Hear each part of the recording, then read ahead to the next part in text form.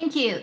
Good morning, good afternoon, and good evenings to Easting's delegates and old new friends at Athens and also online. It's my great pleasure to represent the World Obesity Federations and give my keynotes.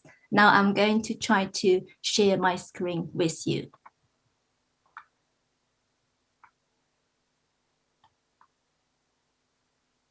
I hope that works.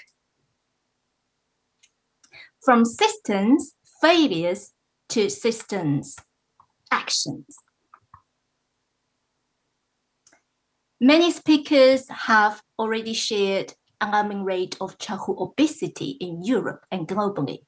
What I can add is that by 2040s, over 120 million school-age children are expected to have early signs of chronic disease caused by overweight and obesity.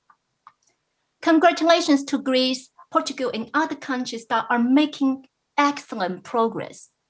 But the global picture is that country actions to reduce childhood obesity remains inadequate. The majority of children living with obesity are in low and middle income countries. Working with global partners, organizations, member states, patients, and other stakeholders, the Federation is helping the world to recognize obesity as a chronic disease and a major driver of many NCDs. Now, given the complex interrelated drivers of obesity, the Federation calls for assistance, multi-sectoral, intersectoral approach to obesity prevention, treatment, and management. Now, people living with obesity must be at the center of obesity discussions and intervention, and we must address obesity stigma. For too long, response to obesity crisis has been focused on individuals. And last year, on Obesity Day, the Federation turned our attention to the systems that are failing us. There are many ways to understand system thinking or to understand the obesity system. And one of the ways to look at this is through the iceberg of childhood obesity system. Now, from this iceberg, what we can see is that most of the system is below the surface, out of sight. The deeper the determinants, the harder they are to see and intervene on. The impact and sustainability of systemic intervention is bigger than that of surface interventions at population levels. And I have heard excellent comments around human rights concept, also working cross systems, looking at synergistic intervention. And that is exactly sit at the bottom of the iceberg, what we call mindset value shaping the direction of system. And I would like to focus on the structural level issues first, which need to be addressed through regulatory and legislative intervention. We have seen many important regulatory interventions that aims to improve the food environment, such as bans on food marketing and front of pack ramming labels. But regulatory actions for physical activity promotion has been rare internationally. So I would like to take the opportunity to share the world's first regulatory multi-sectoral intervention to reduce sedentary behavior, which was introduced in China. Just to give you some background, Chinese children averagely spend 14 hours per week on homework, and that is a gold medal that China doesn't want to have. And their average daily sleep time is less than 8 hours. Almost 30% of children use their sleep time to do homework or private tutoring lessons. Over 60% of the children use their sleep time to play mobile phone, digital games, or watch TV.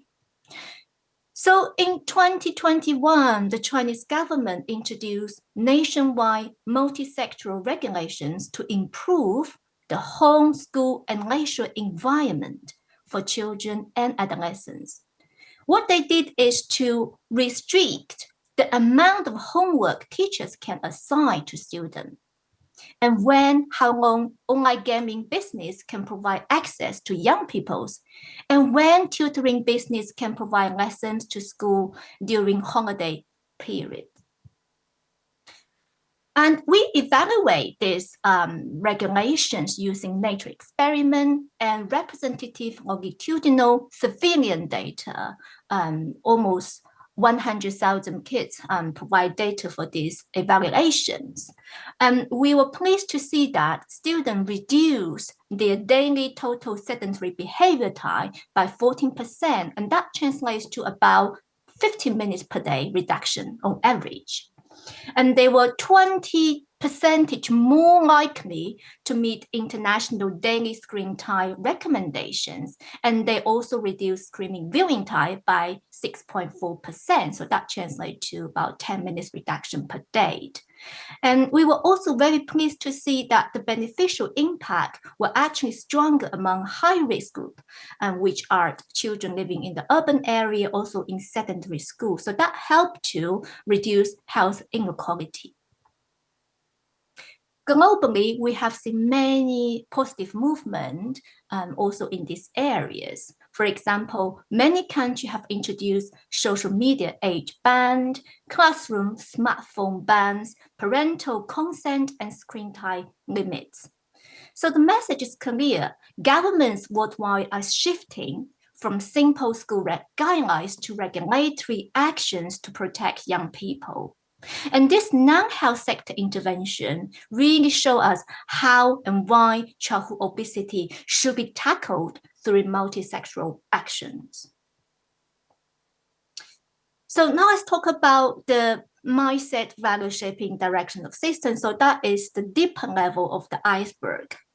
And that is the systemic intervention that can reshape direction of the system. There is a growing calls from government at national level and policymakers internationally. They call for a system approach to tackling obesity and other global health challenges. But there are challenges in advancing system science in public health globally. For example, the confusion around what we mean by system approach or system action, the lack of funding and technical capacity, particularly in terms of evaluating long-term impact of systemic intervention, and lack of data across sectors. And finally, unbalanced progress between high-income countries and lower middle-income countries. I'm sure many of you have heard multiple terms, sounds very similar, such as system thinking, whole of system intervention, complexity measure, system science, and many more. And those terms are confusing people, practitioners, and stakeholders. I often got the question, for example, are systems approach and system measure the same thing? Are systemic intervention and whole of system intervention the same thing?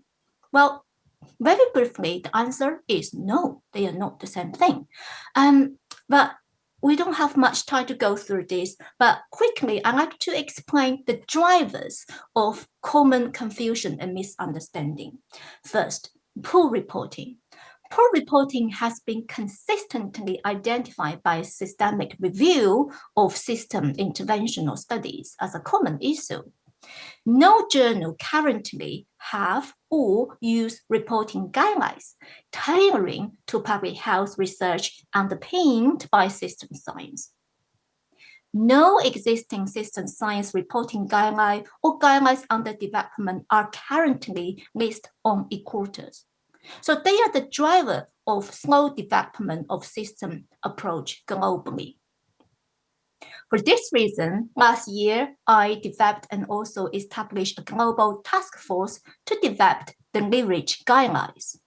LIVERAGE refers to guidelines for reporting the development, delivery, and evaluation of health intervention and policies guided by system science.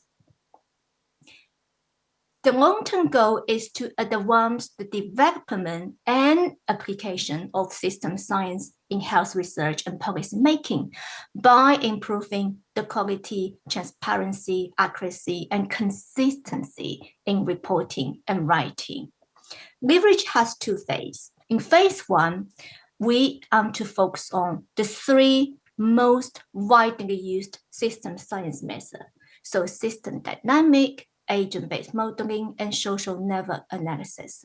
We are currently in publication stage. We are aiming for a joint publication by multiple selected journals to maximize impact. In phase two, we would like to develop guidelines for other system-oriented approach, and also to review, update the guideline number one. And we are very lucky to be supported by a number of international organizations, professional association in system science. This is currently in publication stage. Other initiatives at the moment, we are hoping to co-develop practical guidelines with and for policymakers, public health practitioners, and civil society organizations, focus on the selection and use of various system science methods. And we call this confidence guideline. This is currently under development, and I really welcome collaborators and who would like to contribute to these co-development initiatives. So together, hopefully with everyone's effort, commitment from government, from science community, from stakeholder people with lived experience, we are able to change systems for healthier life of children globally. And I'm more than happy to take questions or comments from you. Thank you very much.